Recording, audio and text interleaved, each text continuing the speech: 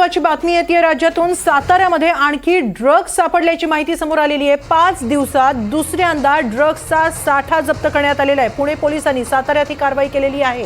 साताऱ्यामध्ये 5 दिवसात दुसऱ्यांदा ड्रग्जचा साठा जप्त करण्यात आलेला आहे। एकूणच साताऱ्यामध्ये आणखी ड्रग्ज सापडल्याची माहिती समोर येते, त्यामुळे साताऱ्यातील ड्रग्ज प्रकरणाची व्याप्ती आणखी मोठी आणि वाढणार असल्याचं दिसून येत आहे।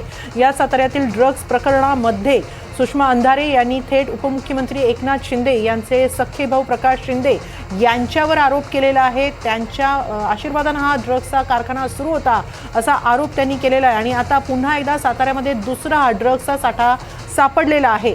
आताच्या क्षणाची सर्वात मोठी बातमी साताऱ्यातून 5 दिवसात साताऱ्यामध्ये दुसऱ्यांदा ड्रग्जचा साठा सापडलेला आहे। पुणे पोलिसांची साताऱ्यात ही कारवाई झालेली आहे।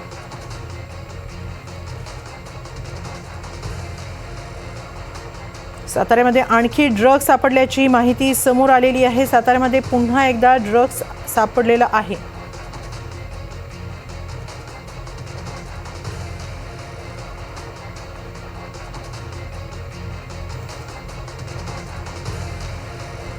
एनडीटीव्ही मराठीने देखील जिथं ड्रग्जचा कारखाना सुरू होता तिथं जाऊन पाहणी करण्याचा प्रयत्न केला। तिथं पोलीस सुद्धा दाखल झाले होते, मात्र पोलिसांनी एनडीटीव्ही मराठीच्या टीमला कोणती प्रतिक्रिया न देता तिथून काढता पाय घेतला। दरम्यान 5 दिवसात दुसऱ्यांदा ड्रग्जचा साठा जप्त झालेला आहे।